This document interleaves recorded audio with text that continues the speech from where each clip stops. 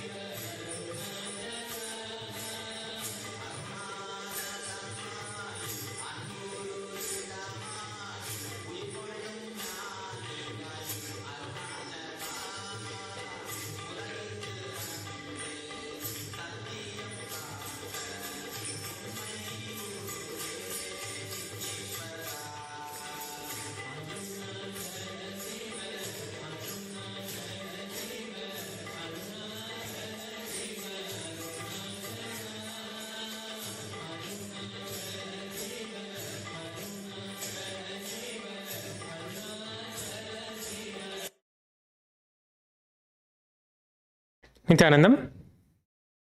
We welcome all the Paramashiva participants for the Nityananda Yoga. Requesting all of you, please settle down with your head, neck and spine in a straight line. Make sure that you have your Panchapatram and Uddharini, the ritualistic cup and the spoon for the cleansing. Apply the Bhasma, Vibhuti. Make sure that you have the Sri Chakra Yantra next to you. Please sit with your head, neck and spine in a straight line. It is time for us to begin with the Sadguru Vandanam. Bring your hands in front of your heart center in the Namaskara Mudra. Close your eyes. Visualize Swamiji in your inner space.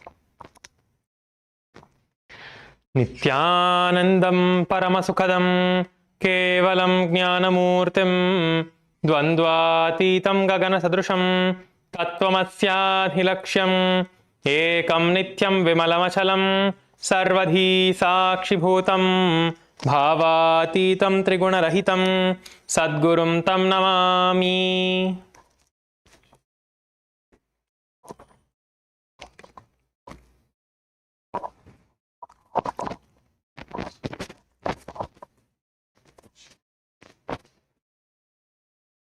Let us now chant the Shiva Moola mantra 11 times internally.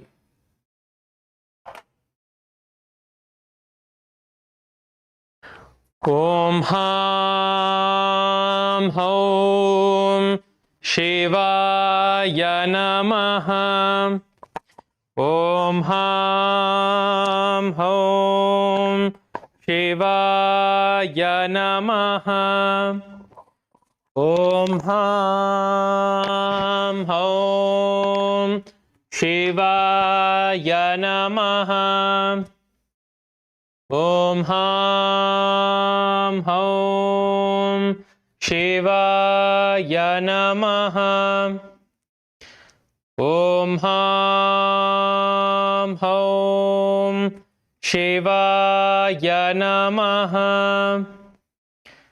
Om Ham Hom Shivaya Namaha. Om Ham Hom Shivaya Namaha. Om Ham Hom Shivaya Namaha. Om Ham Hom Shivaya Namaha. Om Ham Hom Shivaya Namaha.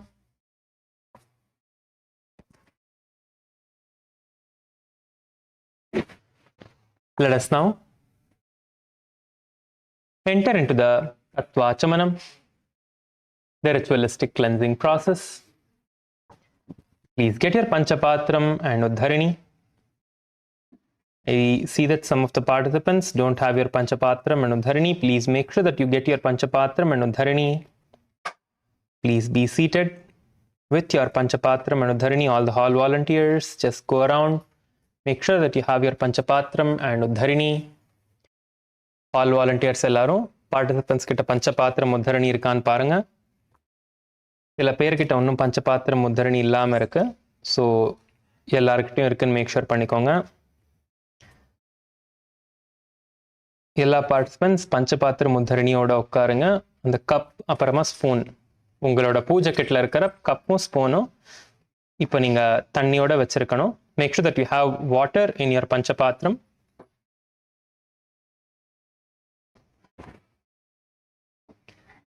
The Panchapatram is the cup and the spoon that you get along with your puja kit.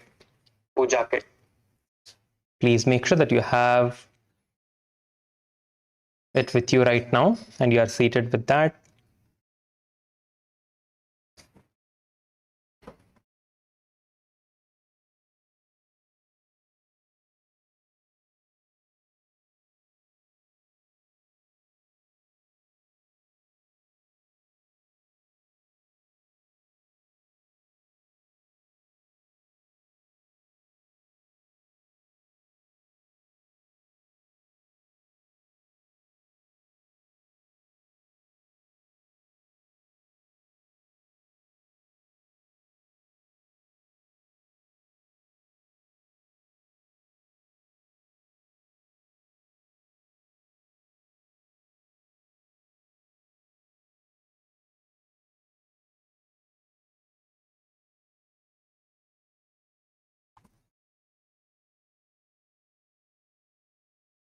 Let us now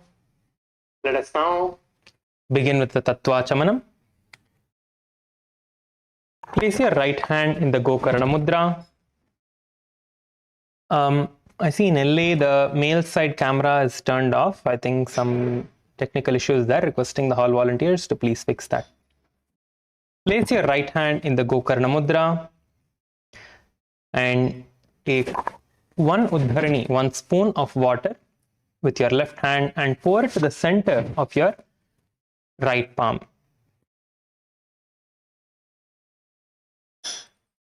As we chant the mantra, when you hear Swadha, sip the water from the base of your right hand. Om Atmatattvam Shodayami Swadha. Now please sip the water, take another Uddharani of water. Om Vidyatattvam Shodayami Swadha. Now please sip the water and take another Uddharani of water. Om Shivatattvam Shodayami Swadha. Now please sip the water and wash your right hand with 1 Uddharani of water, a spoon of water. Now with your base of the right hand thumb, wipe your lips from right to left twice. Om Ham Hridayaya Namaha. Now please wash your hands again. Now with your index, middle and ring finger of your right hand, touch above the upper lip and below the lower lip. Please wash your hands again with an Uddharani of water. Now with your index finger and thumb joined together, touch your right nostril, left nostril. With your ring finger and thumb joined together, touch your right eye, left eye, right ear and your left ear. And please wash your hands again. Now with your little finger and thumb joined together, touch your navel center, your right chest, left chest. With all the fingertips joined together, touch above your head, your right shoulder, left shoulder and your heart center. Now again wash your hand.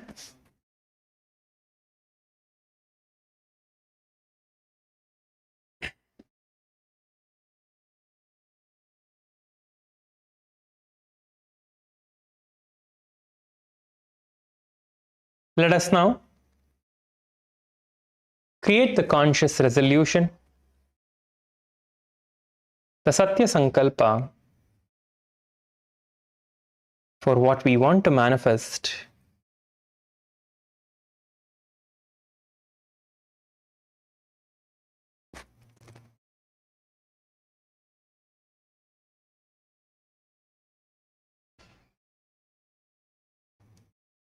Intensely visualize yourself manifesting that.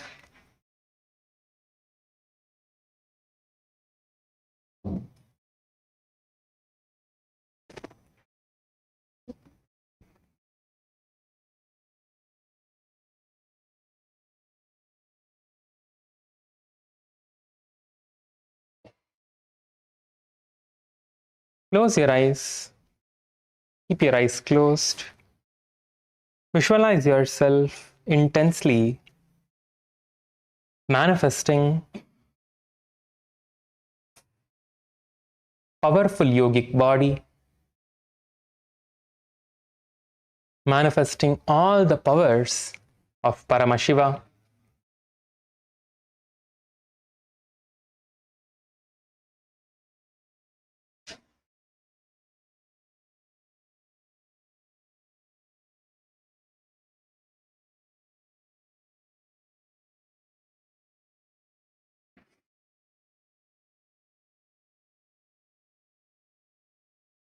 Intensely visualize that you're manifesting it right now. You're completely flexible.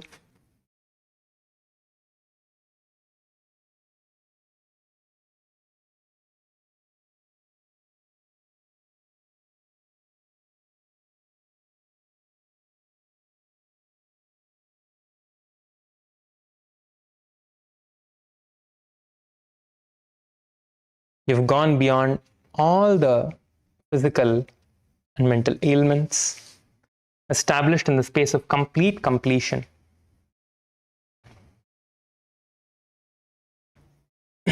Now, please clasp your right hand over the left and place your left hand onto the right thigh.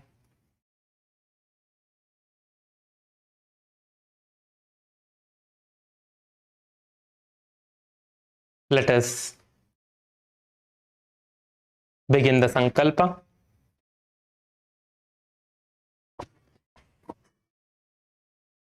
Om ममोपात्त समस्त दुरितक्षयद्वारा भगवत् श्री नित्यानंद परमशिव प्रीत्यर्थम श्री नित्यानंदेश्वरी परमशिव शक्ति समेत श्री नित्यानंदेश्वर परमशिव प्रीत्यर्थम च शुभे शोभने मुहूर्ते अद्य ब्रह्मणः द्वितीय परार्धे श्री श्वेतवराह कल्पे वैवस्वत मन्वन्तरे अष्टाविंशतितमे नित्ययुगे प्रथमे पादे जम्बूद्वीपे भारतवर्षे भरतखण्डे मेरोः दक्षिणे पार्श्वे शकाब्दे अस्मिन् वर्तमाने व्यवहारिके प्रभवादीनां षष्ट्याः संवत्सराणां मध्ये विश्वावसुनाम संवत्सरे दक्षिणायने लक्ष्मी वेंकटेश्वर ऋतौ सिंहमासे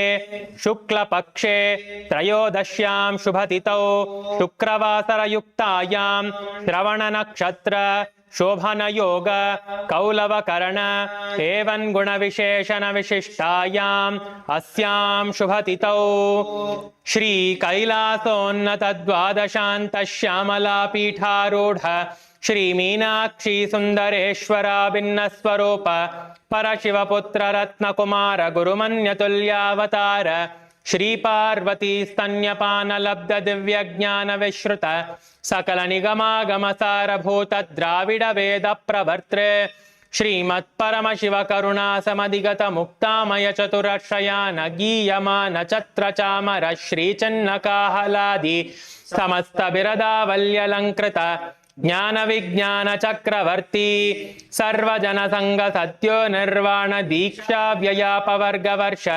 विश्राणजीमूत परमत कलभ केसरी शैव सिद्धांत स्थापनाचार्य श्री राजाधिराज पांड्य महाराज गुरु क्षपन शाक्यादि महांधकार निवारण ज्ञान भानु वीक्षणा नरहार्ह ध्वजोच्छेदन पूर्वक श्रीमद्वृषभ ध्वज स्थापक शैव समय कर्त्रे सर्वज्ञ पीठारूढ़ श्री जगद्गुरु श्री ज्ञान संबंध देशिक स्वामी वागीश सुंदर माणिक्य वाचक स्वामिनां अवतार भूत श्री ज्ञान संबंध स्वामी पुनरुद्धृत श्यामला पीठ सर्वज्ञ पीठ तृणवत्योत्तर द्विशततम गुरु महासन्निधान अरुणगिरि योगीश्वर परंपरागत अरुणाचल सर्वज्ञ पीठ गुरु महासन्निधान कैलास परंपरागत कांची कैलास सर्वज्ञ पीठ त्रयस्त्रिंशदुत्तर द्विशततम गुरु महासन्निधान नित्योत्सव नित्य मंगल नित्य कल्याण नित्य रजित कैलास परंपरागत आदि कैलास नित्यानंद पीठ महासंस्थान महासिंहासन पीठ कर्त्रे साक्षात् श्री परमशिव समुद्भूत कैलास परंपरागत वैवस्वतमनु इक्ष्वाकु हरिश्चंद्र भगीरथ श्रीरामचंद्र शूरसेन इत्यादि अनवर्च्छिन्न सार्वभौम चक्रवर्ती परंपरागत चतुष्षष्टि योगिनी मंडित चतुष्षष्टि संप्रदाय प्रवर्तक मनुधर्म शासन सूर्यवंश प्राप्त सर्वज्ञ पीठ सुरांगी साम्राज्य मूर्धाभिषिक्त चूड़ामणि साक्षात् श्री परमशिव समुद्भूत कपिल महागुरु पुनरुद्धृत महानिर्वाणी पीठ अष्टोत्तर सहस्र श्री महामंडलेश्वर साक्षात् श्री परमशिव समुद्भूत श्री महागणपति समारंभ अनवर्च्छिन्न पीठाधीश्वर गुरु परंपरा प्राप्त अटल पीठ अष्टोत्तर सहस्र श्री अटल पीठाधीश्वर धर्म मुक्ति स्वर्गपुर स्वर्ण पीठ त्रयोविंश गुरु महासन्निधान कैलास परंपरागत आदिपीठ सर्वज्ञपीठ जगद्गुरु श्री कैलास पुनरुद्धारक श्री कैलास परमाचार्य श्रीमत् परमहंस परिव्राजकाचार्य वर्य सच्चिदानंद प्रणव स्वरूप श्रोत्रिय ब्रह्मनिष्ठ श्रीमज्जगद्गुरु श्रील श्री भगवत् श्री नित्यानंद परमशिव श्री ज्ञान संबंध देशिक परमाचार्य स्वामिनां प्रीत्यर्थं तेषां पादारविन्दयोः भक्ति सिद्ध्यर्थं गुरुकृपा कटाक्ष सिद्ध्यर्थं क्षेमस्थैर्य वीर्य विजय आयुरारोग्य ऐश्वर्याणाम् अभिवृद्ध्यर्थं धर्मार्थ काम मोक्ष चतुर्विध फल पुरुषार्थ सिद्ध्यर्थं समस्त दुरितोपशान्त्यर्थं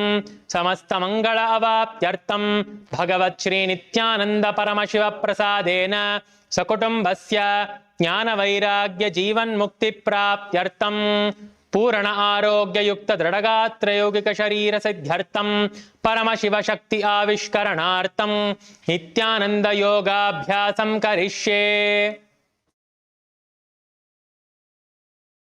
Please wash your hand with udharani of water. Om apaupasprisya.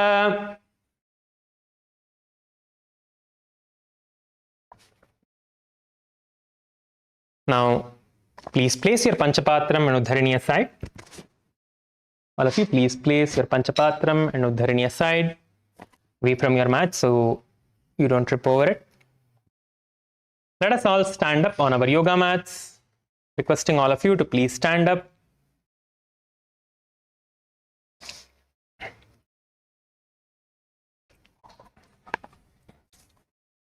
Please stand up, please stand up. Requesting all of you to please stand up.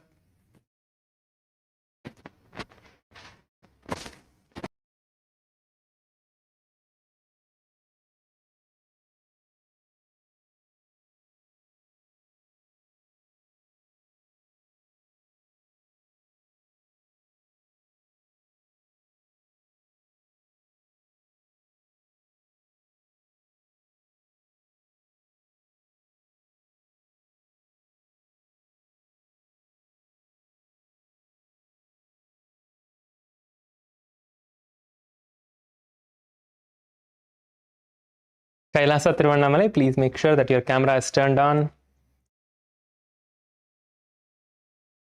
We cannot see Kailasa Tiruvannamalai. Please turn on your camera. Thank you.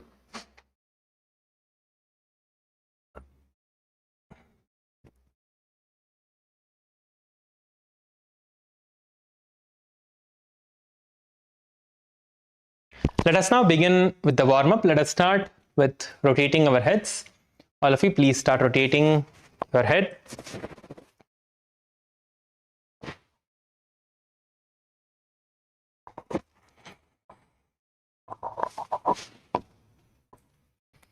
Rotate your head slowly.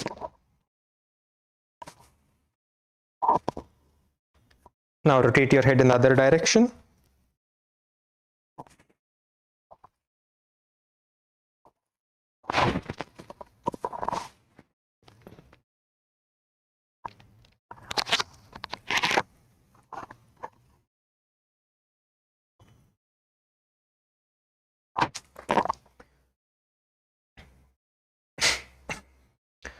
Now interlock your hands, your fingers behind your head, and gently press your head forward towards your chest and place your hands in front of your head and on your forehead and press your head backwards gently.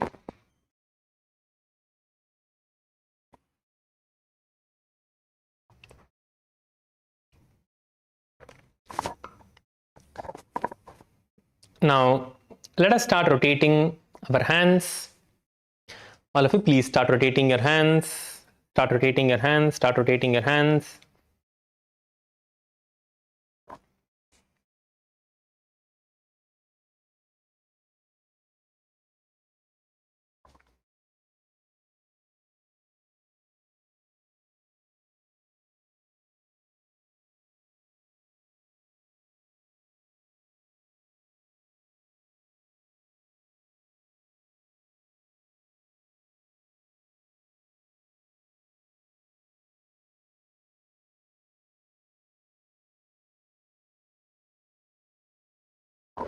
Kailasa Thiruvannamalai, your camera is on, but we are not able to see the participants. Please adjust the camera. Please move the camera to where the participants are and make sure that the participants are seen in the camera. All volunteers, please adjust the camera and make sure that the participants are seen in the camera. Now please rotate your hands in the other direction.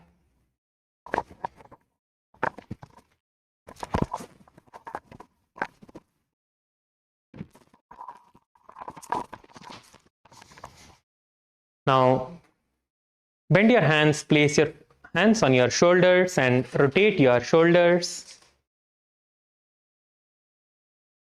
Please start rotating your shoulders. Rotate your shoulders, rotate your shoulders.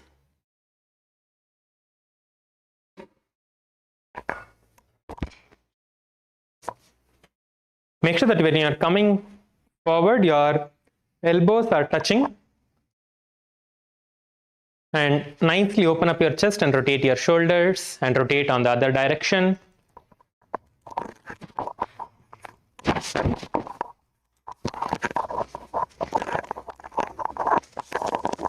Now you can relax and start swinging from side to side. Let us start swinging from side to side. All of you, please start swinging from side to side.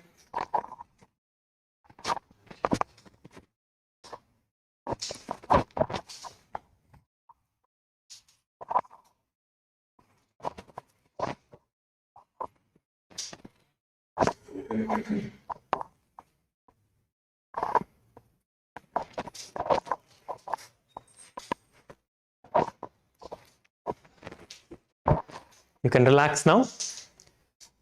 Now let us bend forward and down. Please have a slight gap between your legs. Bend forward and down and get your hands towards the ground and try to get your hands behind you.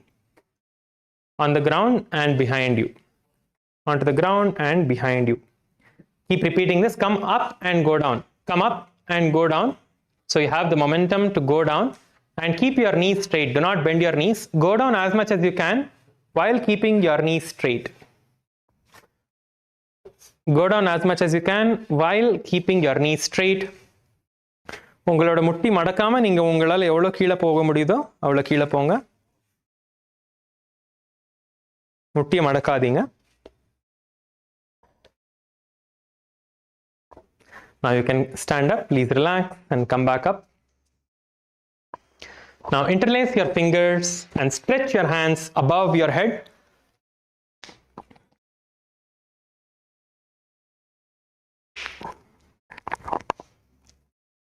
Nicely stretch your hands up. Stretch yourself up from your back. Stretch your back, your shoulders, your elbows. Stretch yourself up nicely. And exhale and bend towards the left side.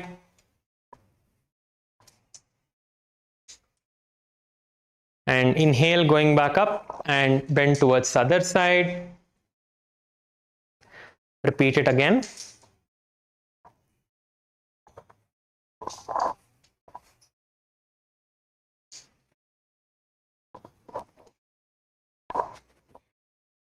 You can relax now.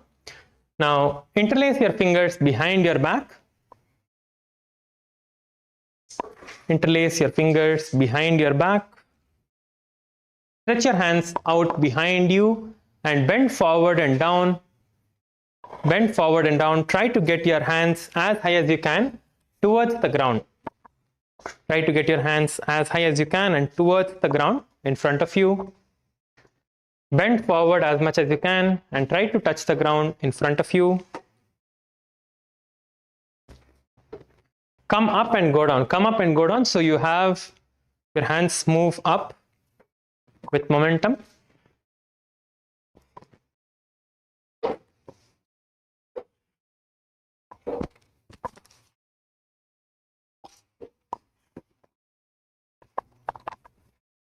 Yes, you can relax now.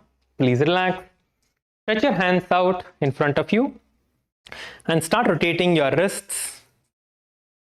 Stretch your hands out in front of you and rotate your wrists. Please rotate your wrists.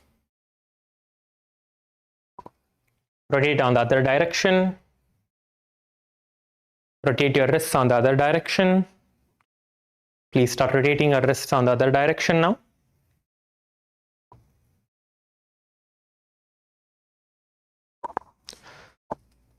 Stretch your fingers out and pull your fingers towards you on either side.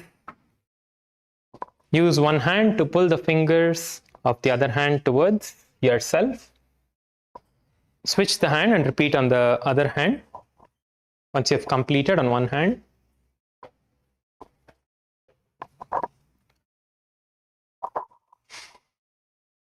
Now let us start rotating our hips. Please place your hands on your hips and start rotating your hips.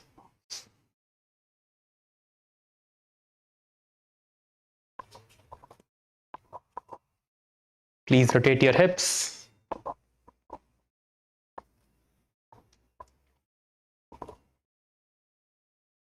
Rotate on the other direction.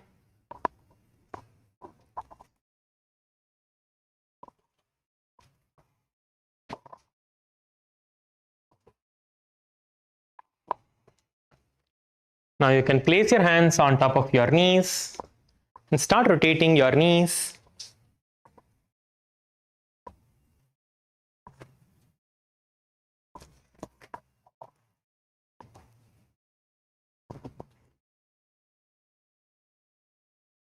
Rotate your knees on the other direction.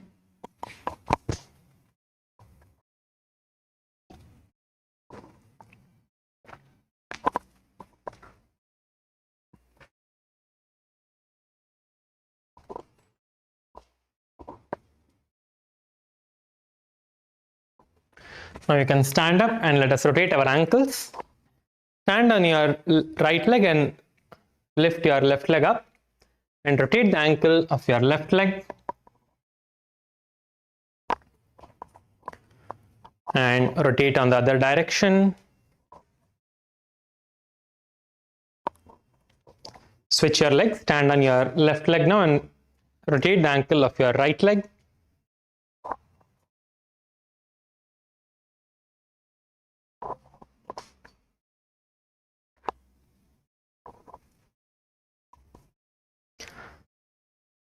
Now, let us get ready to start jumping. We are going to be jumping for 1 minute. So let us all get ready to start jumping. On the count of 3, 2, 1. Let us start jumping now. Please start jumping, start jumping, start jumping. Jump, jump, jump, jump as high as you can. Jump as high as you can. Keep jumping, keep jumping.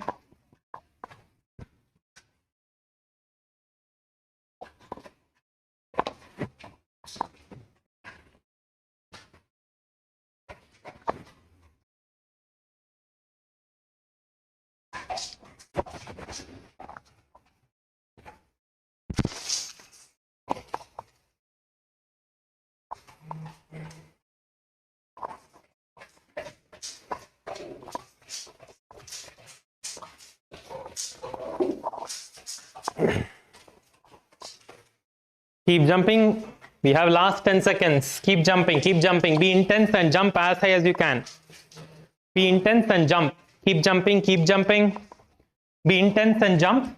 Keep jumping, jump, jump, jump. Yes, you can relax now. Please relax. Just walk back and forth in your mat. Just walk back and forth on your mat. And catch your breath. Just walk back and forth.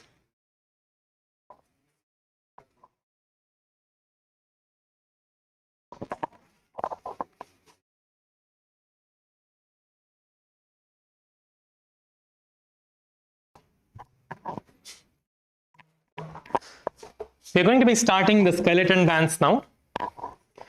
All of you just stand in one place, close your eyes, visualize yourself, your entire body as just pure bones. No muscle, no skin, no hair, nothing. Just skeleton, just pure bones. Visualize your body just as pure bones. இப்போ நம்ம skeleton dance ஆரம்பிக்க போகிறோம். So உங்களோட கண்ணை மூடி உங்களை நீங்களே ஒரு எலும்பக்கூடியா தியானிங்க. கண்ணை மூடிக்கோங்க. Keep your eyes closed. Do not look around. Just stay on your mats while you're performing the skeleton dance. When you perform the skeleton dance intensely, your entire body gets awakened. All the chakras across your entire body. There are multiple different chakras other than the 7 major chakras. All of those chakras as well get awakened when you perform the skeleton dance. Now let us start moving our hands. Please start shaking your hands. Please start moving your hands, your fingers, your legs. Start moving your head, your hips. Start moving yourself in all the directions. Start moving yourself intensely. Keep shaking, keep shaking. Shake your body intensely. Start shaking your body. Move your hands, move around your mat. Stay on your mat and just move around. Move your body intensely. Come on, let's start. Keep shaking, keep shaking.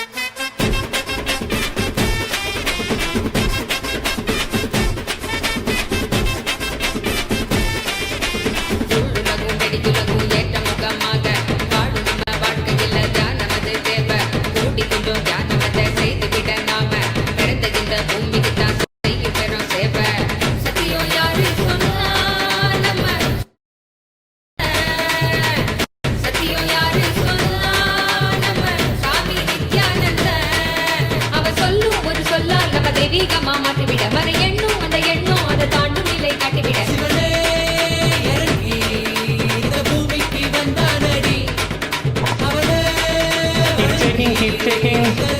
Move your body intensely. We have a few more moments. Keep moving, keep moving. Keep shaking your body intensely. Last few moments. Keep shaking your body intensely. உங்களோட உடம்பு ஃபுல்லா அசைங்க. Move your body. Keep shaking, keep shaking.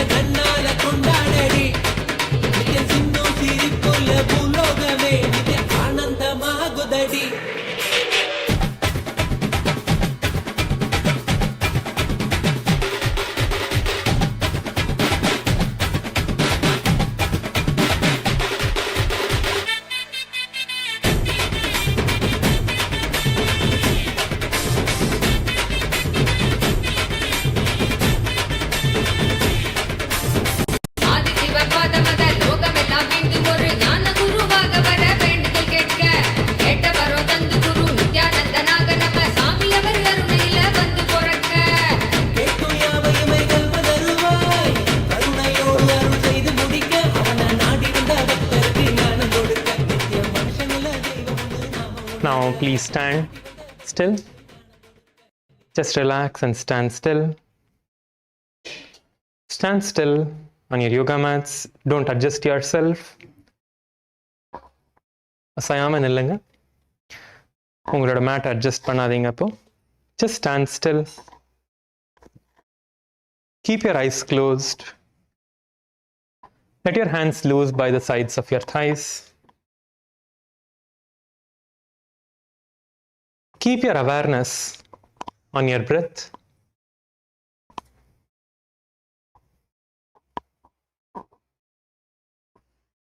Inhale deeply and exhale deeply.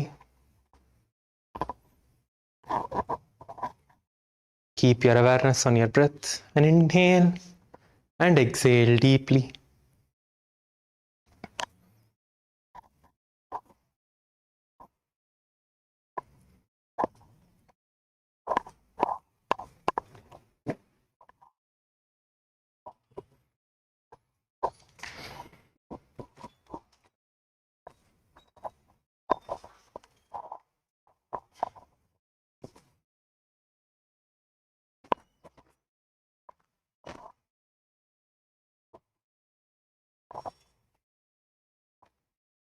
Feel the energy pulsating and coursing through your entire body.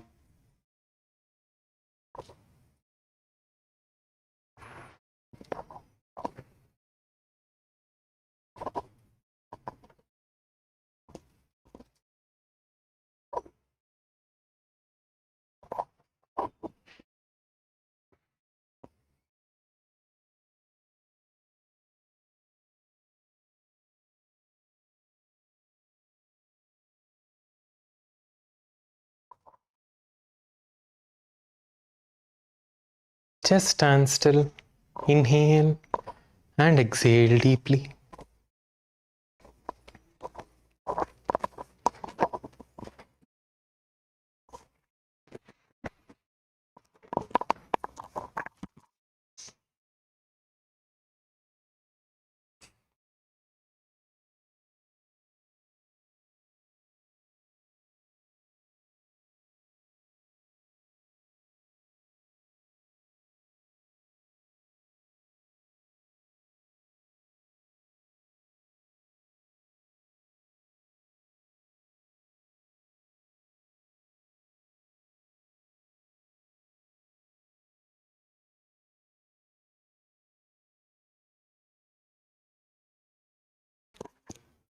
Slowly open your eyes and settle down. Please come to a seated position. LA male team camera, your camera is turned off. Can you please fix the camera? LA male team, please fix the camera.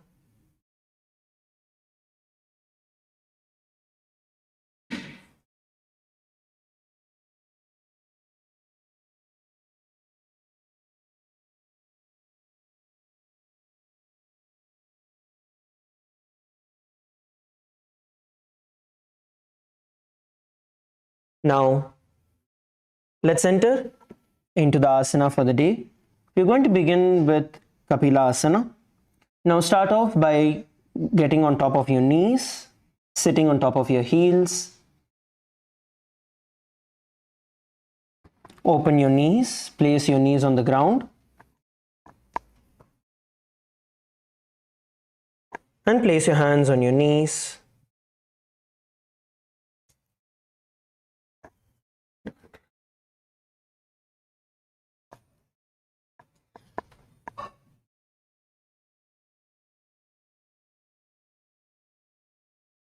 Now, you're going to be performing the Brahmari Kumbhaka. Inhale and exhale, making the sound of a B. And along with it, you're going to perform the Uddiyana Bandha.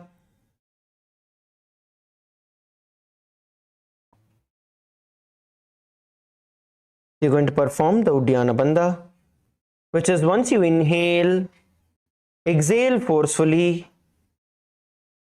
and pull your stomach in and up and hold as long as you can.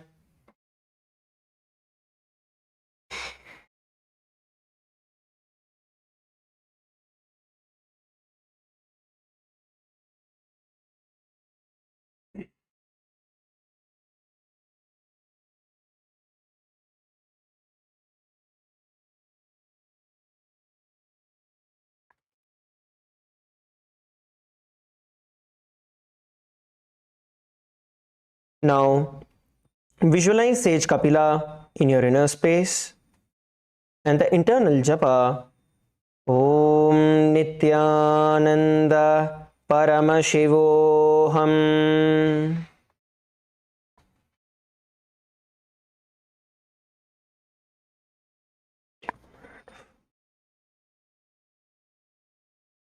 दो भगत हरि समट हरावे तिनको माहिली core मिलावे फना पानी उकड़ कर बैसे एड़ी दो वो जोनी निवैसे. The next asana we are now going to be performing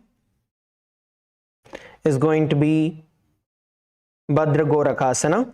Now from this same position, bring your gaze towards your third eye. All of you bring your gaze towards your third eye. உங்களோட மூன்றாவது கண்ணில் பாருங்க. Bring your gaze towards your third eye. Continue to be seated on your heels, hands on your knees.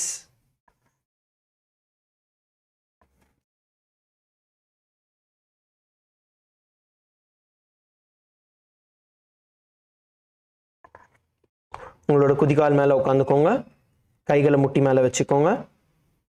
Continue to perform the Brahmari Kumbhaka. தொடர்ந்து பிராமரி கும்பகம் செய்யுங்க.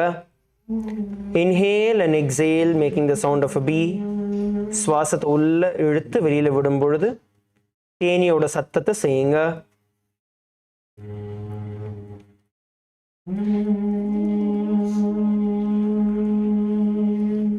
கண்களை மூன்றாவது கண் பக்கமா கொண்டு வாங்க.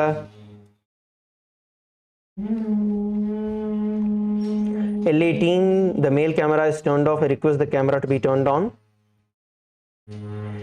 Visualize Swamiji in your inner space, Bhagavana Dhyaninga, and the internal japa, Sadashivoham. दो पग थली संपुट करे, कोरवारली भू परिधरे, कोरवारली राखे ऐसे, तापरी मूल द्वार टिकी बैसे. The next asana we are going to be performing is Suryasana. அடுத்து சூர்யாசனம் செய்ய போறோம். Now you are going to be sitting on top of your heels, your knees raised off the ground. So bring your heels together, soles of your feet together.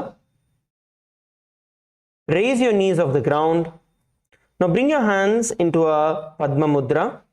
You can see the Padma Mudra, which is the lotus pose. You have your thumbs joined together and your little fingers joined together, and the rest of the fingers opened like a bloomed lotus.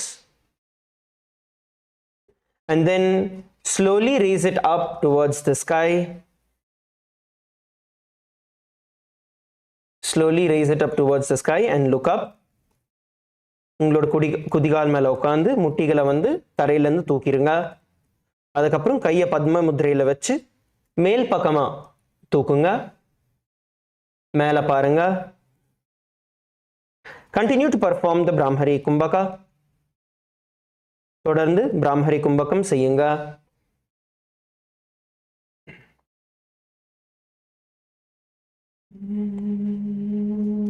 Visualize Surya in your inner space.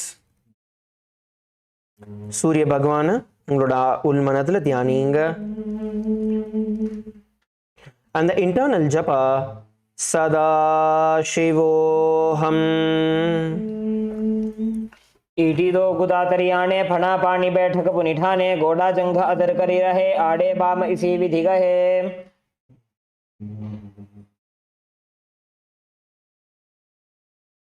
Relax. The next asana we are going to be performing now is Mandukasana. அடுத்து மண்டுகாசனம் செய்ய போறோம். Now you are going to be sitting flat on your toes. So you are going to keep your toes flat and sit on top of them. உங்களோட கால்களை குதிகால கீழே வச்சு உங்களோட குதிகால் மேல உட்காந்துக்கோங்க. Now open your knees apart. உங்களோட முட்டி ரெண்டுமே நல்லா திறந்து வைங்க. Open your knees apart and place your hands on your knees. உங்களோட கைகளை முட்டி மேல வைங்க. Now bring your tongue and place it on top of your upper palate. உங்களோட நாக்க வாயோட மேல் பக்கத்துல வைங்க. Place your tongue on the upper palate. Now we are going to perform the Sahaja Kumbhaka. Inhale and exhale, visualizing the prana flowing in and out of your body. Sahaja pranayam செய்ய போறோம். சுவாசத்தை உள்ளிழுத்து வெளியில விடும் பொழுது உங்க வழியா பிராண சக்தி உங்க வழியா உள்ள போயிட்டு வெளியில வரத தியானிங்க. அதே மாதிரி உங்களோட சஹஸ்ராரத்திலிருந்து நெக்டர் அமிர்தம் பொங்கி வழிஞ்சு வர்றத தியானிங்க. Visualize yourself catching the drops of nectar that is dripping from your Sahasrara chakra.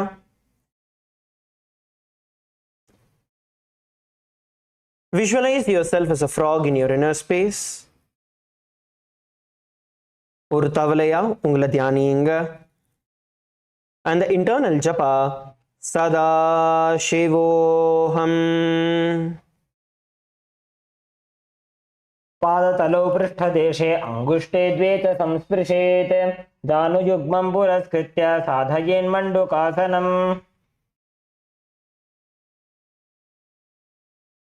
The next asana is going to be Uttana Mandukasana. Now from the same position, you're going to raise your hands above and hold on to your opposite shoulders behind your head. உங்களோட கைகளை பின்பக்கமா கோர்த்து உங்களோட opposite தோள் பட்டையை நீங்க பிடிச்சுக்க போறீங்க.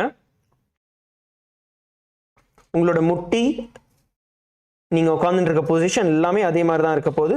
கைகள் மட்டும் உங்க தலை பின்னாடி கொண்டு வந்து உங்களோட தோள்பட்டை ஆப்போசிட் தோள்பட்டை மேல கை வைங்க. Please be seated on your heels. உங்களோட குதிகால் மேல உட்கார்ந்துக்கோங்க. Now continue to perform the Sahaja Pranayama along with the Uddiyana Bandha.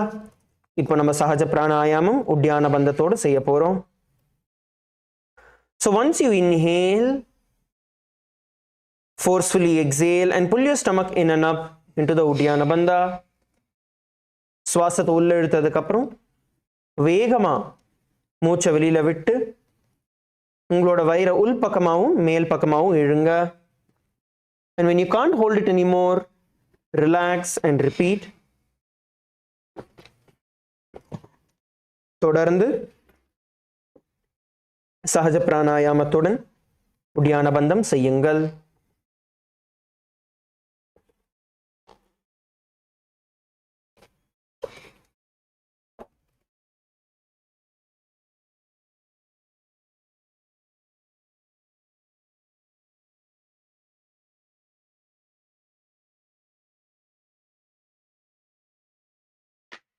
Now visualize yourself as a frog in your inner space. ஒரு தவளையா உங்களை நீங்களே தியானியுங்க. And the internal japa sada shivoham. मण्डुकासनमध्यस्थं कूर्पराभ्यां धृतं शिरः एतद्धेकवदुत्थानम् एतदुत्थानमण्डुकम्.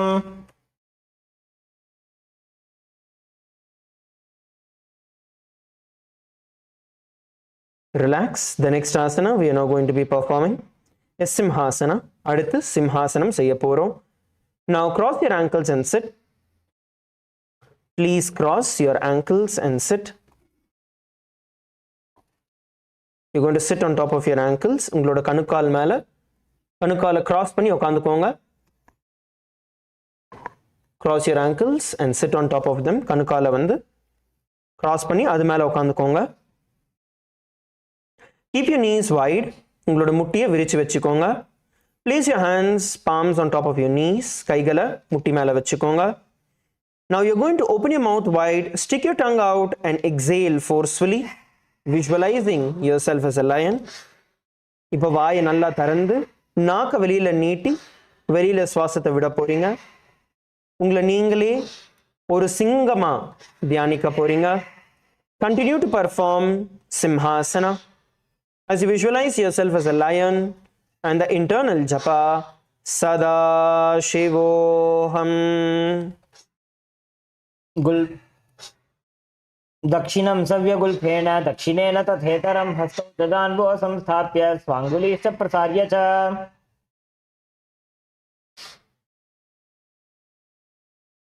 The next asana we are now going to be performing is going to be Bhadrasana. அடுத்து பத்ராசனம் செய்ய போறோம். Now sit on your heels, uncross your ankles. உங்களோட கணுக்கால நார்மலா வச்சுக்கோங்க. உங்களோட குதிகால் மேல உட்கார்ந்துக்கோங்க. Sit on top of your heels. பாதங்கள் ரெண்டுத்தையும் ஒண்ணா கொண்டு வந்து குதிகால் மேல உட்கார்ந்துக்கோங்க. Now cross your hands behind your back and hold on to your big toes. கைகளை முதுகு பின்னாடி கோர்த்து உங்களோட ஆப்போசிட் காலோட கட்டை விரலை பிடிச்சுக்கோங்க. Keep your knees opened. உங்களோட முட்டியை விரிச்சு வச்சுக்கோங்க. ஆப்போசிட் காலோட கட்டை விரலை பிடிக்க போறீங்க. Now continue to perform the Brahmari Kumbhaka. தொடர்ந்து Brahmari Kumbhakam செய்ய போறோம். Inhale and exhale making the sound of a bee. சுவாசத்தை உள்ளிழுத்து வெளியில விடும் பொழுது தேனியோட சத்தத்தை செய்யுங்க.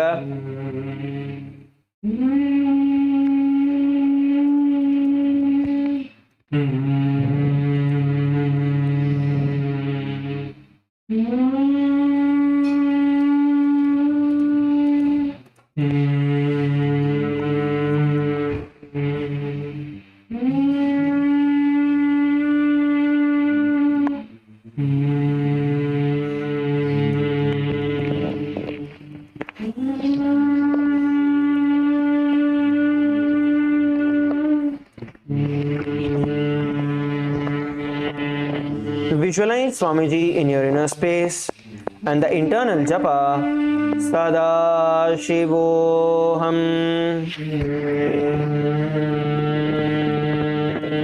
गुल्भौतवृषणस्याद्धो विक्रमेण समाहितः पादाङ्गुष्ठौ कराभ्यां च धृत्वा च पृष्ठदेशतः. Relax. The next asana is going to be Kakabhushanti asana. அடுத்து நம்ம காக்கபூஷண்டி ஆசனம் செய்ய போறோம். Now come to a squatting position. Please come to a squatting position.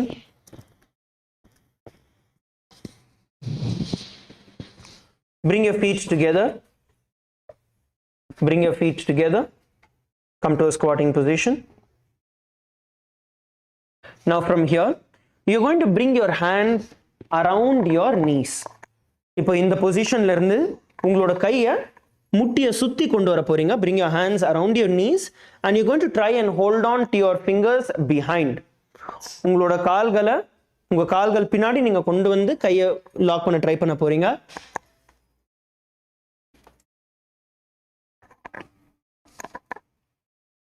நீங்க பார்க்கலாம் எப்படி பண்றதுன்ட்டு. முட்டியை சுத்தி கையை கொண்டு வாங்க. Bring your hand around your knee and try to interlock your hands with your fingers behind your back. உங்களோட கைகளை பின்பக்கமா கோர்க்க ட்ரை பண்ணுங்க. And look up. If you're not able to hold on to your hands, just try to place it on your back. உங்களால உங்களோட கையை வந்து கோர்க்க முடியலனா எவ்வளவு முடியுமோ பின்னாடி கொண்டு வாங்க.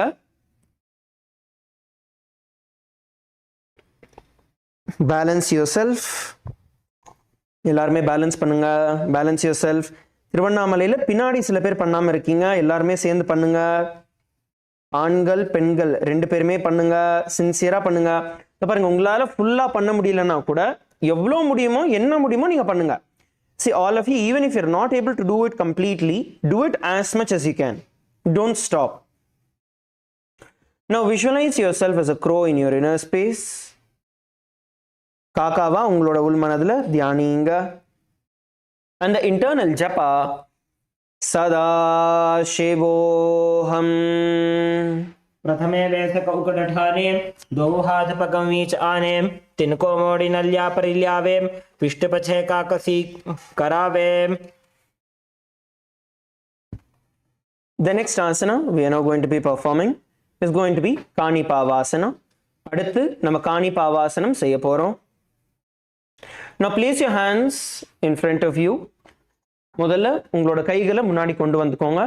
We are going to try and perform Kanipavasana. We'll teach you how to do it. Now bring your hands in front of you, shoulder width apart.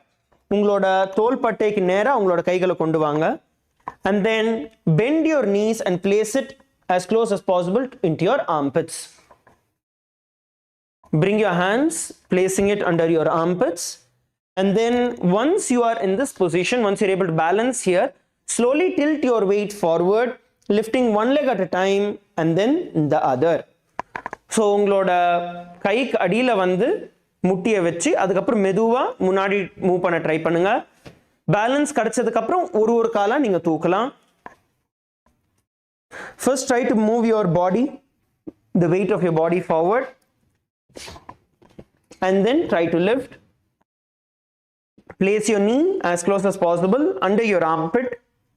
That is where you get the balance.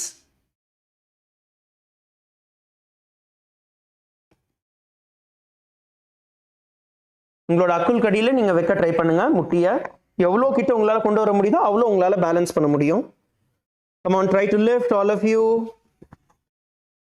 எல்லாருமே பண்ண try பண்ணுங்க. Try to lift one foot at a time. Yes, good. You're going to visualize Swamiji in your inner space. Bhagavana ulmanadile dhyaninga.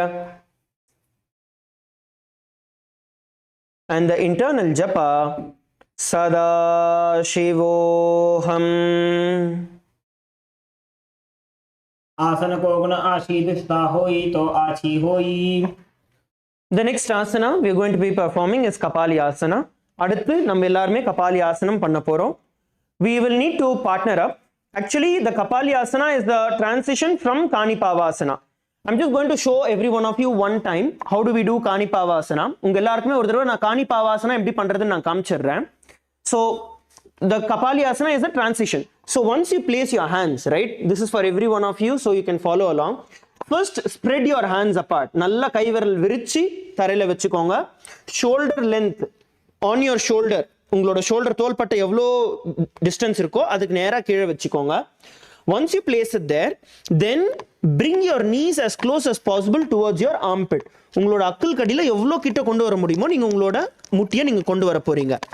Once you get it there, your knee and your shin, which is the calf muscle, right? Your shin rest on your back side of your hand. Okay, so your knees get into your armpit and then your shins rest behind your hand, which is on your triceps. So once you are there, then you are shifting your weight forward. நீங்க காலை வந்து வெச்சதுக்கு அப்புறம் உங்களோட weight முன்னாடி நீங்க move பண்றீங்க. Okay, you are shifting the weight from here to the front and then you lift your feet one at a time. Okay, so this is Kanipavasana. The Kapali Asana is where you drop down your head and then lift your feet up into headstand. So let's do this together. சேர்ந்து இன்னொரு தடவை let's all do Kapali Asana once again. மறுபடியும் எல்லாருமே Kapali Asana இன்னொரு தடவை try பண்ணி பார்க்கலாம். Come on, all of you, let's try Kapali Asana once again. All of you bring your hands. First split your fingers nicely, ground them. கை விரல்கள் நல்லா விரிச்சி தரையில வைங்க. Okay, now bring your knees as close as possible towards your armpits. உங்களோட முட்டிய அக்கல் கடியில எவ்வளவு முடியுமோ கொண்டு வாங்க. Okay, now let your shin rest on top of your triceps and then slowly shift your weight forward.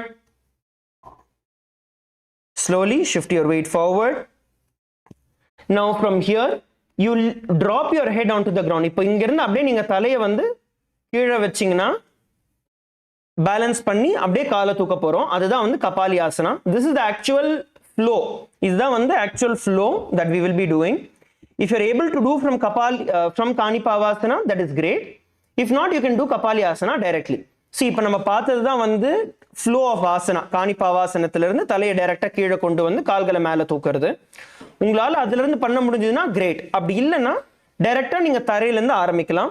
Please partner up for Kabali asana. எல்லாருமே partner பண்ணிக்கோங்க. Please partner up for Kabali asana. We'll show you how to do the Kapali Asana.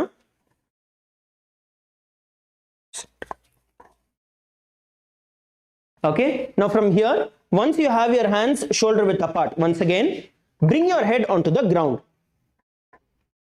Bring your head onto the ground. Now I want you to see the hand is at a 90-degree angle. See, உங்களோட கை வந்து தலைக்கு நேரா இல்ல. உங்களோட கை வந்து தலைக்கு முன்னாடி இருக்கு. தலைக்கு நேரா வச்சீங்கன்னா உங்களால பேலன்ஸ் பண்ண முடியாது. அதனால தலைக்கு முன்னாடி வைக்கணும். கைகள் வந்து மடங்கி இருக்கு. ஒரு 90-degree angle வருது பாருங்க. Your hand, your elbow is in a 90-degree angle. That is where you get balance and you are able to lift. If you place your hand beside your head, you will not be able to balance. Okay, so you want to move your hand from here to here. Okay, once you get into this position, then the partners who are supporting can slowly support. Try to lift one leg at a time, and then once you're able to balance, lift and hold. So we are going to partner ourselves. Now our partner oda சேர்ந்து பண்ண போறோம். Either one or two people, how many ever you want, you can partner. Come on, let's all partner up. எல்லாருமே partner பண்ணுங்க. Let's do this together. ஒரு partner இல்ல ரெண்டு partner எத்தனை பேர் வேணுமோ நீங்க பார்ட்னர் பண்ணிக்கலாம். LA female team partner with each other. திருவண்ணாமலையில ஆண்களோட பார்ட்னர் பண்ணிக்கோங்க. பெண்களோட பார்ட்னர் பண்ணிக்கோங்க. Partner. Get up. LA female team is just sitting and watching. Guys, get up. It is for everyone to do. Come on, it's not so hard. It's easy. It just needs a little practice. So partner up and try.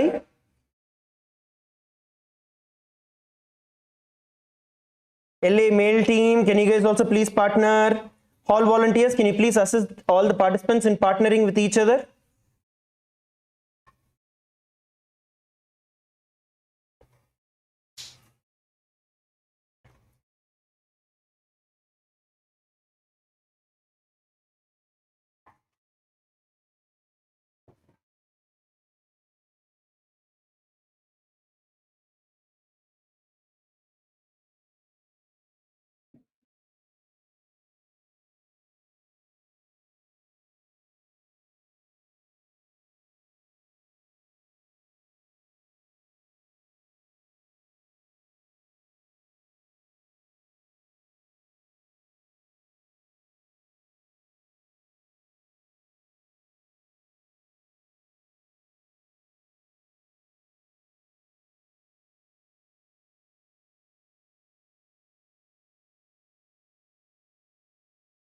All of you please try it. தொடர்ந்து practice பண்ணாதான் வரும். Practice பண்ண ஆரம்பிங்க.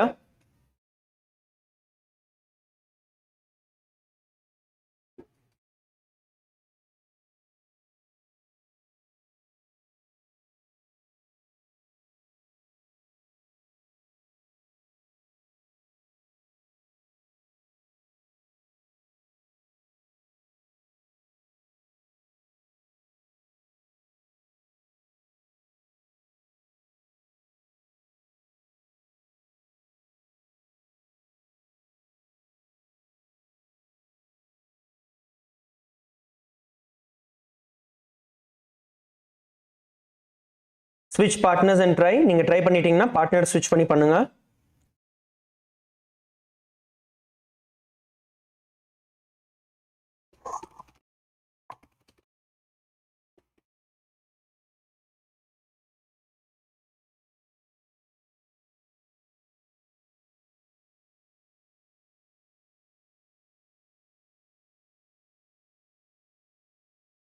Now visualize Swamiji in your inner space and the internal japa Sadashivoham. शीश शीशा धरती टेकी पग दो भूमि लिवा ऊंचा कुकरे पगथली आकाश दिश धनुष राशे दो हाथा की हथेली दो.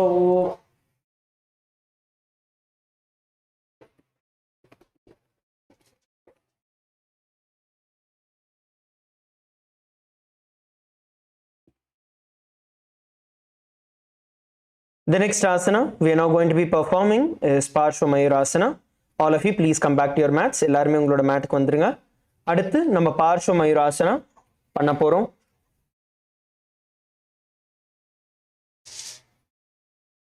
Now sit in a squatting position first.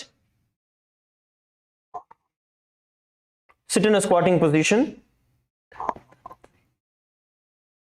Okay, now from here you're going to bring your hands onto the other side. So bring both your hands towards the side. Okay, bring both your hands towards the side. Now you're going to bend forward, bringing your thigh and knees on top of your elbows.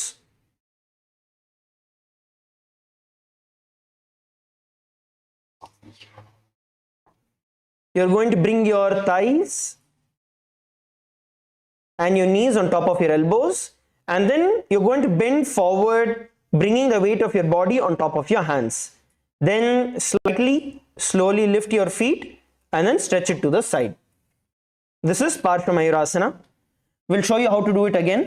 எல்லாருமே எப்படி பண்றதுன்னு மறுபடியும் காமிக்கிறோம். So first come to a squatting position. First இந்த மாதிரி ஒரு squatting positionக்கு வந்துருங்க.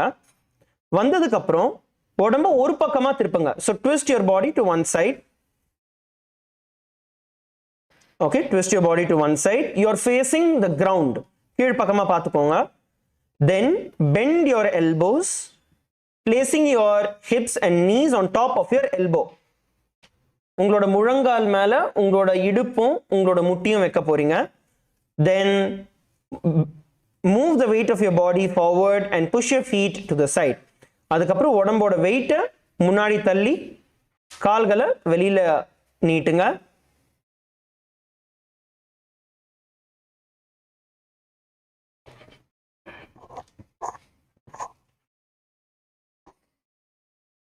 Now, while doing this, visualize yourself as a peacock and the internal japa Paramashivoham मयूरं दंडवत् कुर्यान् मायूरं दंडनामकं कुर्यान् मायूरं पार्श्वाभ्यां मायूरपार्श्वनामकं. Relax. Let's do this on the other side. Opposite direction la பண்ணலாம். We'll do it on the opposite direction. இப்போ நீங்க opposite directionல பண்ண போறீங்க. So எல்லாரும் இந்த மாதிரி first squatting position வந்ததுக்கு அப்புறம் நல்லா திரும்புங்க. So once you come to a squatting position, you need to twist, turn and twist yourself. Okay? Turn and twist yourself. Once again, you're going to be spreading your fingers. Always remember to spread your fingers. Spread your fingers, place it on the ground, and then if you are comfortable, okay, there are two ways of doing this.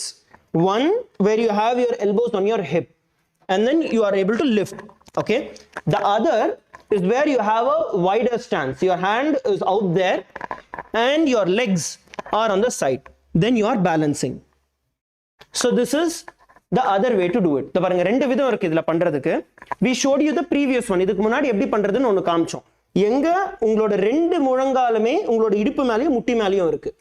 இன்னொரு விதம் எப்படின்னா உங்களோட ஒரு கை மட்டும் முட்டிக்கிட்ட வருது, நல்லா திரும்பி முட்டிக்கிட்ட வச்சுக்கோங்க. இன்னொரு கையை நல்லா விரிச்சு வச்சுக்கோங்க.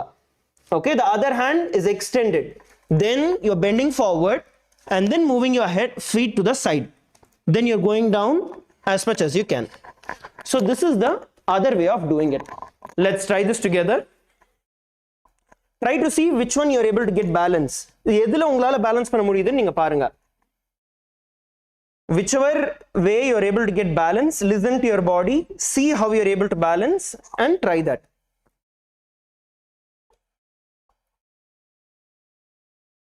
So we are showing you the first variation here. I showed you the other variation.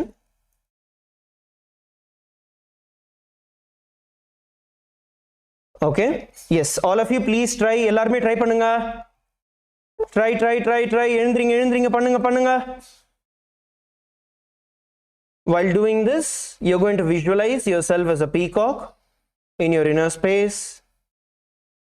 and the internal japa Sadashivoham.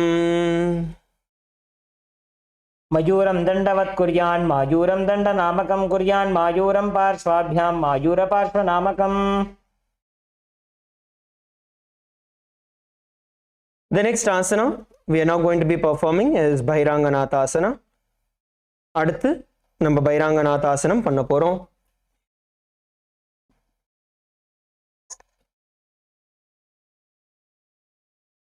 Now all of you come to a plank position. எல்லாரும் தரக்ஷவாசனத்துக்கு வாங்க. Come to a plank position. Hands shoulder width apart, feet stretched out, toes pointing on the ground, hips parallel to the ground. எல்லாரும் தரக்ஷவாசனத்துக்கு வாங்க. Hips parallel to the ground. இடுப்பு வந்து parallel-ஆ இருக்கணும். ரொம்ப ஹைட்டாவும் தூக்க கூடாது, ரொம்ப கீழேயும் இருக்க கூடாது.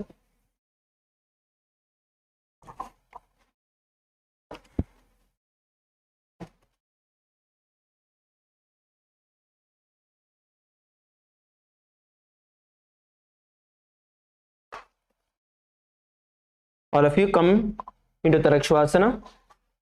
Now from here, you're going to swing your feet around your hand and bring it in between your palms. உங்களோட காலை கை மேல, கைக்கு மேல இருந்து கொண்டு வந்து பாதத்தை கைக்கு நடுவுல நீங்க கொண்டு வரணும். Hold the position.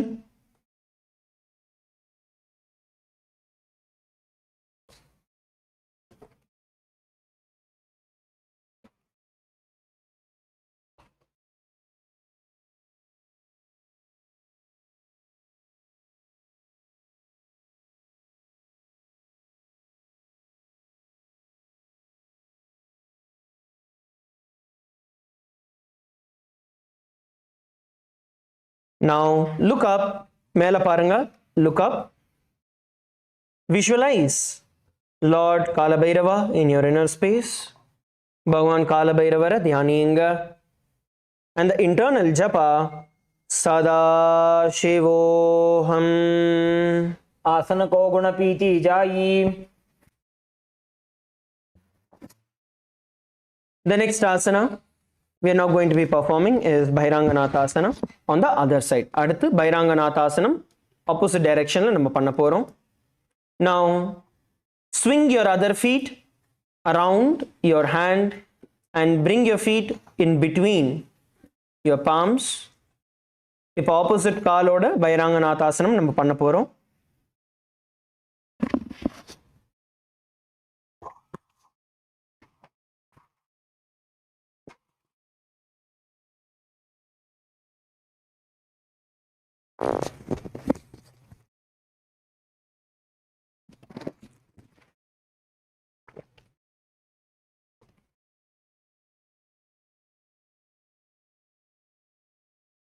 Now, once again, visualize yourself as Lord Kalabhairava in your inner space and the internal japa Sada Shivoham. आसन को गुण पीति जाई. Relax. Now, we are going to be performing Unmukha Aduthu Unmukha Pitasanam செய்ய போறோம். Now, from Tarakshvasana position, you are going to drop your elbows onto your ground. Tarakshvasanathilirundu உங்களோட முழங்கால தரைக்கு நீங்க கொண்டு வர போறீங்க. Bring your hips higher. Raise your hips. உங்களோட இடுப்பு நல்லா தூக்கி வச்சுக்கோங்க. And walk your feet forward. Try to place your feet onto the ground. உங்களோட பாதம் ரெண்டுமே தரை மேல கொண்டு வாங்க. Try to push your feet onto the ground, push your heels onto the ground, lift your hips up. Come on, all of you, lift your hips up.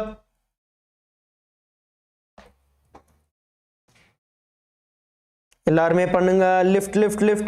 Try to keep your knees straight. Try to keep your knees straight. முட்டிய நேரா வைக்க try பண்ணுங்க.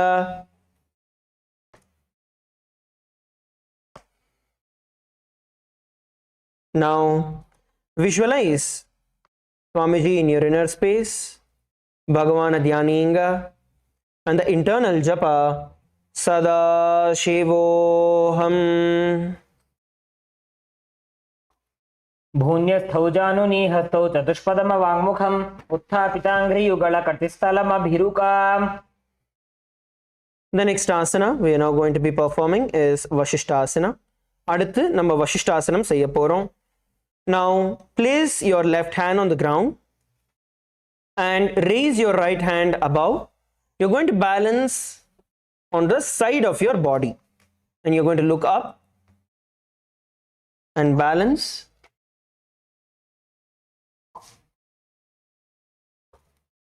Look up and balance. See, if you're not able to balance on one foot, you can place the foot on top onto the ground and balance. Like you can see, உங்களால ரெண்டு கால் ஒரு கால் மேல balance பண்ண முடியலனா மேல இருக்கிற காலை தரை மேல வச்சு நீங்க பேலன்ஸ் பண்ணிக்கலாம்.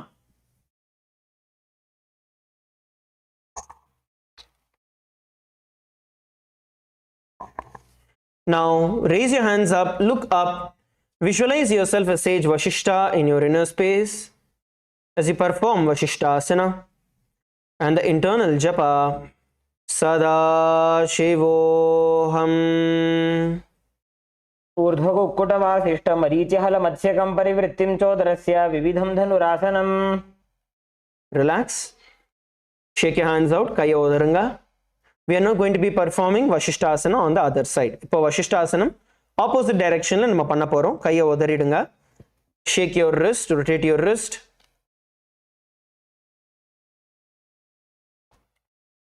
Now let's perform Vashishtasana on the other side. Vashishtasana opposite direction la இப்போ நம்ம பண்ண போறோம்.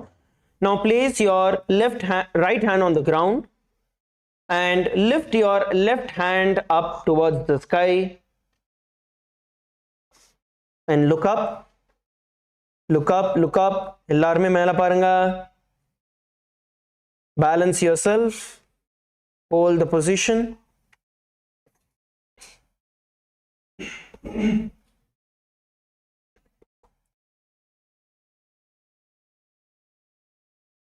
Now, visualize yourself as sage Vashishta in your inner space, and the internal japa Sadashivoham. ऊर्ध्वकुक्कुटवासिष्ठ मरीचहल मत्स्यकं परिवृत्तिं चोदरस्य विविधं धनुरासनम्. Relax. Shake your wrist out once again. Relax. Shake your wrist out once again.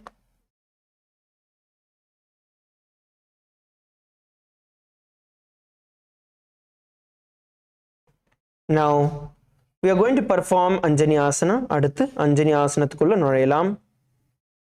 Now stretch your feet out in front of you. Stretch your feet out in front of you. கால்களை நீட்டி உட்காந்துக்கோங்க. கால்களை ஒண்ணா வச்சுக்கோங்க. பாதம் ரெண்டுத்தையும் ஒண்ணா கொண்டு வாங்க. Bring your feet together. Bring your feet together. Now, place your hands under your butt, palms facing up. கைகளை உங்களோட buttocks கடியில வைங்க. Your palms are facing up. Your palms are facing upwards.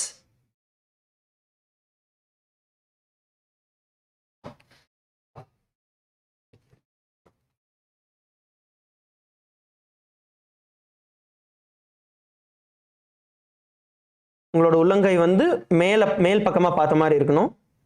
Sit straight. நிமிர்ந்து உட்காருங்க. We are now going to be performing the Rechaka Kumbhaka. You are going to focus on exhaling slowly and deeply out of your body. And then let the breath flow in automatically. Just focus on exhalation, exhaling deeply and slowly. இப்போ நம்ம தொடர்ந்து ரேச்சக கும்பகம் செய்ய போறோம். ஆழமாகவும் மெதுவாகவும் சுவாசத்தை வெளியே விடுங்க உங்களோட நாசி வழியா. உங்களோட உடம்புல இருக்கிற எல்லா சுவாசமும் வெளியில வர்றத தியானிங்க. அதுக்கப்புறம் தானாவே உள்வர சுவாசத்தை உள்ள விடுங்க.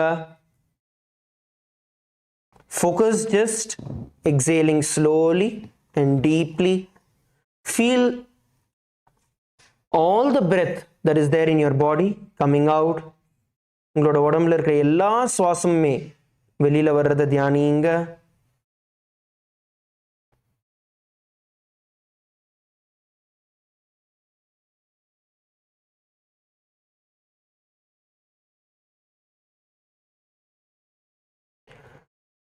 Visualize Lord Hanuman. Bhagavan Hanuman உங்களோட மனசுல தியானிங்க.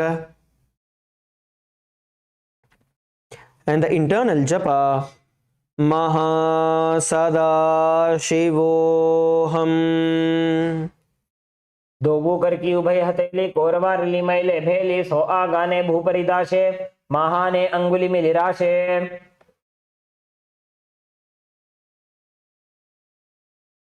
The next asana we are now going to be performing is Paschimottanasana.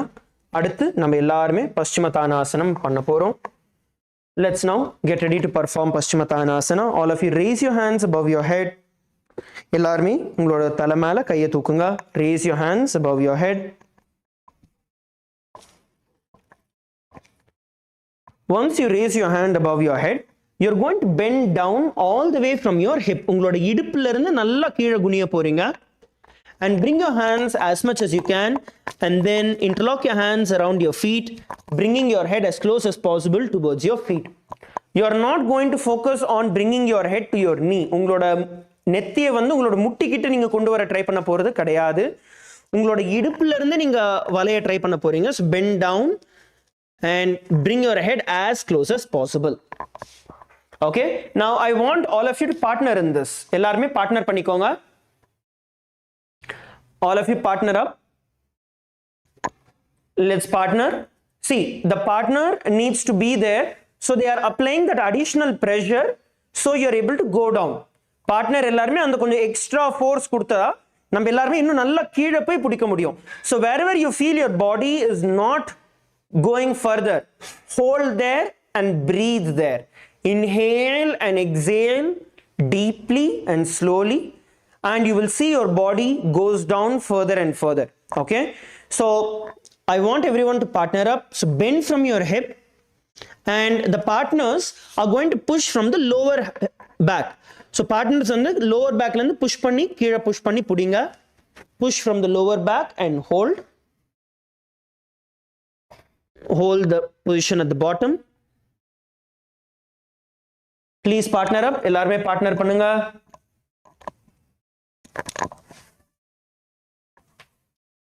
Please partner up.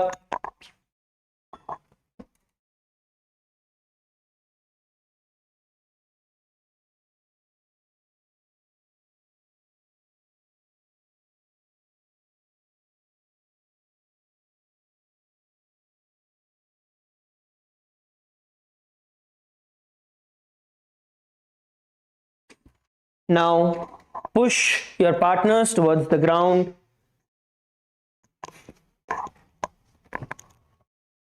And hold. Switch partners if you have tried. Switch partners. நீங்க நாங்க காமிக்கிற மாதிரி பின்னாடி இருந்து புஷ் பண்ணா மட்டும் தான் பிரஷர் கரெக்ட்டா வரும். நீங்க சைடுல உட்கார்ந்து பண்ணீங்கனாலாம் பிரஷர் வராது. See, only if you do it the way we are showing, you will have the effect. If you just sit at the side and try to push somebody, you are not going to put that amount of effort. So do it exactly the way we are showing. நாங்க காமிக்கிற மாதிரி நீங்க பண்ணுங்க.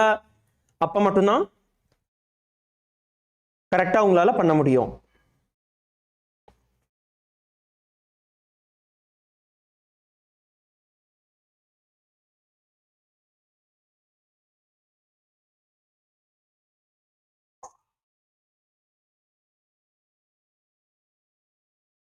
Switch partners switch பண்ணி repeat பண்ணுங்க.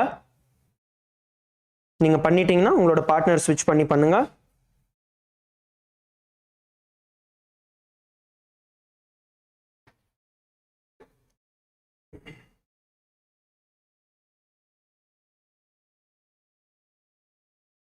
Now visualize Swamiji in your inner space. தொடர்ந்து உங்களோட உள் மனதுல பகவானை தியானிங்க. And the internal japa Mahasada-shivoham.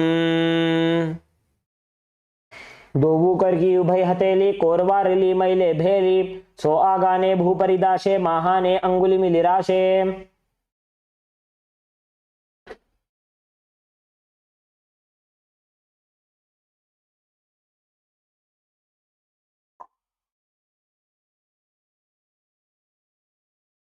The next asana we are now going to be performing is Ugrasana. அடுத்து நம்ம உக்ராசனம் செய்ய போறோம். Now interlock your hands behind your neck. உங்களோட கைகளை கழுத்து பின்னாடி interlock பண்ணிக்கோங்க. Now you're going to focus on arching your back. இப்போ வந்து உங்களோட முதுகை வந்து நீங்க நல்ல ரவுண்டா கொண்டு வந்து உங்களோட நெத்தியை முட்டிக்கிட்ட நீங்க கொண்டு வர போறீங்க. So you're not bending from your hip, rather you're arching your back. When you bend from your hip, your back is straight. When you arch your back becomes round. So try to bring your head as close as possible towards your knees. எவ்வளோ முடியுமோ உங்களோட நெத்தியை உங்களோட முட்டிக்கிட்ட கொண்டு வர try பண்ணுங்க. உங்களோட முட்டிக்கிட்ட கொண்டு வர ட்ரை பண்ணுங்க. Bounce yourself. மேலையும் கீழையும் புஷ் பண்ணுங்க. பவுன்ஸ் பண்ண ட்ரை பண்ணுங்க. So you go little more down. Every time you go down, just exhale. ஒவ்வொரு தடவையும் நீங்க கீழே புஷ் பண்றப்போ மெதுவா எக்ஸேல் பண்ணுங்க. ஸோ உடம்பு இன்னும் நல்லா கீழே இறங்கும். எக்ஸேல்.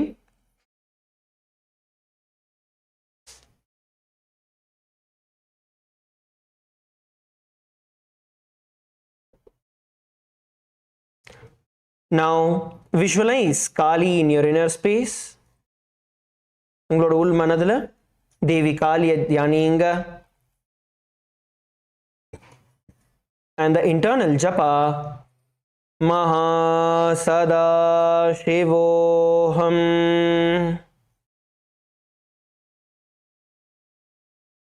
सोपानिभ्यां दृढं धृत्वा जानुभरि शिरोन्यसेत् आसनोऽग्रमिदं प्रोक्तं भवेदनिलदीपनम्. Relax. The next asana we are now going to be performing is Marichi Asana. அடுத்து நம்ம Marichi ஆசனம் செய்ய போறோம். Now bend your left leg and bring your left foot onto the ground. உங்களோட left leg எவ்வளோ கிட்ட முடியுமோ கொண்டு வாங்க bend பண்ணி. Now bring your hands around your left leg. Bring it around your left knee and interlock your hands behind your back. உங்களோட கைகளை பின்னாடி கோர்த்துக்கோங்க and bring your forehead towards the ground. உங்களோட நெத்திய தரை கீழே கொண்டு வாங்க. Try to bring your forehead as close as possible towards the ground.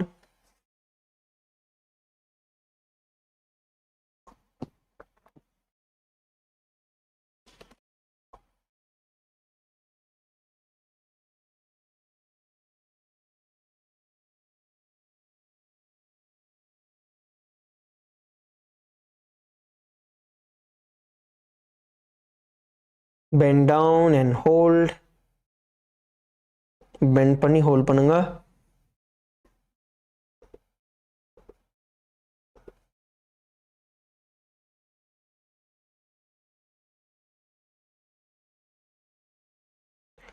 Bend down and hold.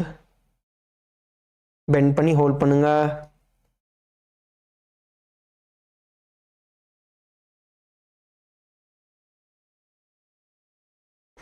Visualize Sage Marichi.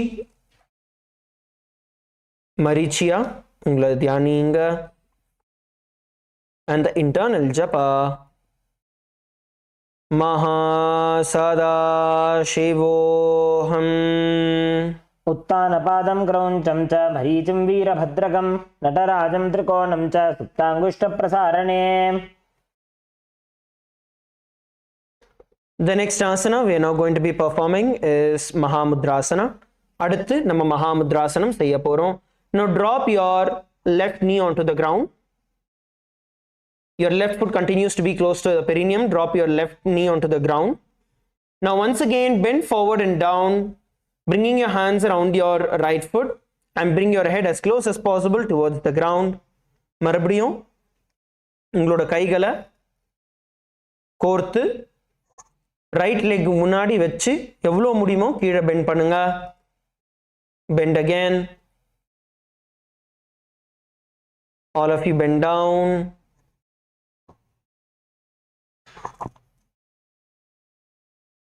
Bend down as much as you can.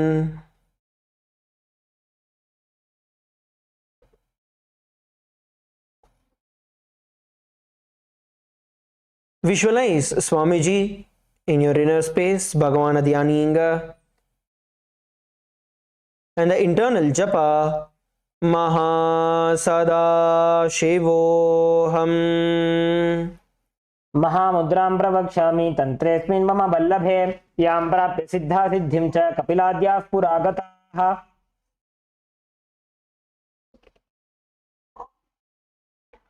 Slowly come up. We are now going to be repeating Marichi Asana on the other side. இப்போ Marichi Asanam opposite காலில் நம்ம பண்ண போறோம். Now bend your right knee. Bring your right knee close to your hip. Bring your hands around your knee and interlock your fingers behind your back. உங்களோட கைகளை உங்களோட முட்டியை சுத்தி கொண்டு வந்து முதுகு பின்னாடி கோர்த்துக்கோங்க. And bend down. கீழ்ப்பக்கமா குனிங்க. Bend down. Bend down as much as you can and hold.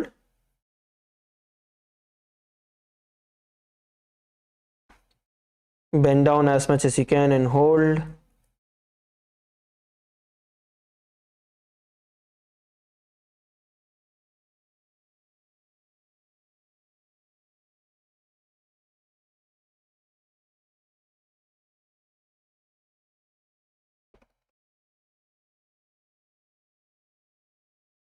Bend and hold. Now visualize yourself as Sage Marichi in your inner space and the internal japa महासदाशिवोऽहम् उत्तानपादं क्रौञ्चं च मरीचिं वीरभद्रकं नटराजं त्रिकोणं च सुप्ताङ्गुष्ठप्रसारणे. The next asana is going to be Mahamudrasana. The next asana is going to be Mahamudrasana. Now drop your right knee onto the ground. Ungaloda right muttiya taraila veinga. Now interlock your hands around your feet, bend down, go down, interlock your hands around your feet and bend down. கைகளை பாதத்தை சுத்தி கோர்த்து எவ்வளோ முடியுமோ கீழே குனிங்க. Bend, bend, every one of you bend.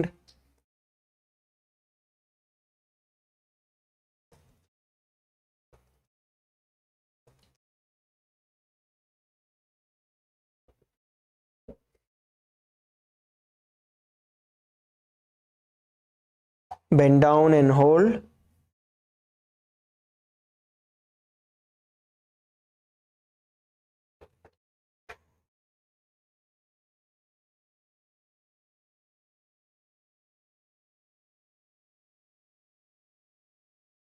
Now visualize Swamiji in your inner space, Bhagavan Dhyaninga, and the internal japa Mahasadaशिवोऽहम्.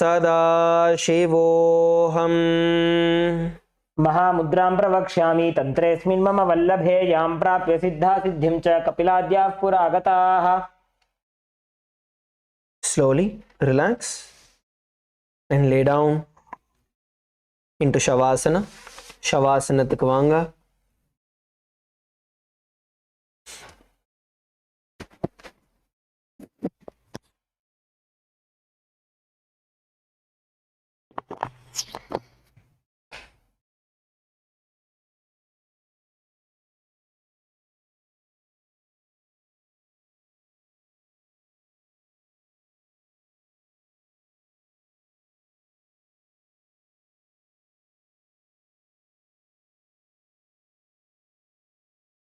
Paramashivoham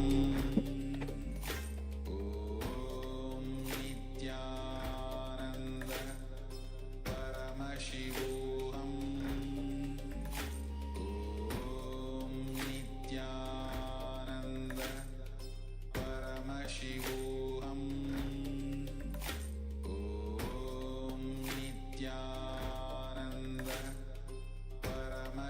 Paramashivoham